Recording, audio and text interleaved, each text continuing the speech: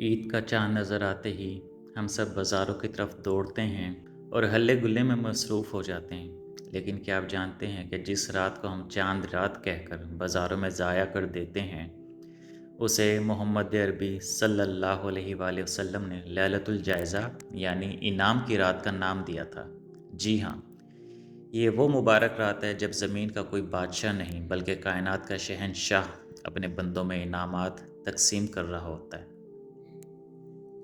نبی کریم صلی اللہ علیہ وآلہ وسلم کا فرمان عالی شان ہے کہ جس نے عید الفطر اور عید الاضحیٰ کی راتوں میں عبادت کے لیے قیام کیا، اس کا دل اس دن بھی زندہ رہے گا جس دن سب کے دل مر جائیں گے۔ ذرا سوچئے، جب مزدور پورا دن مزدوری کرتا ہے تو شام کو اسے اجرت ملتی ہے، لیکن بالکل اسی طرح ذوالحجہ کے مبارک دنوں اور حج کی عبادتوں کے بعد یہ رات اللہ کی طرف سے بندوں کو مزدوری اور مغفرت کا پروانہ بانٹنے کی رات ہے۔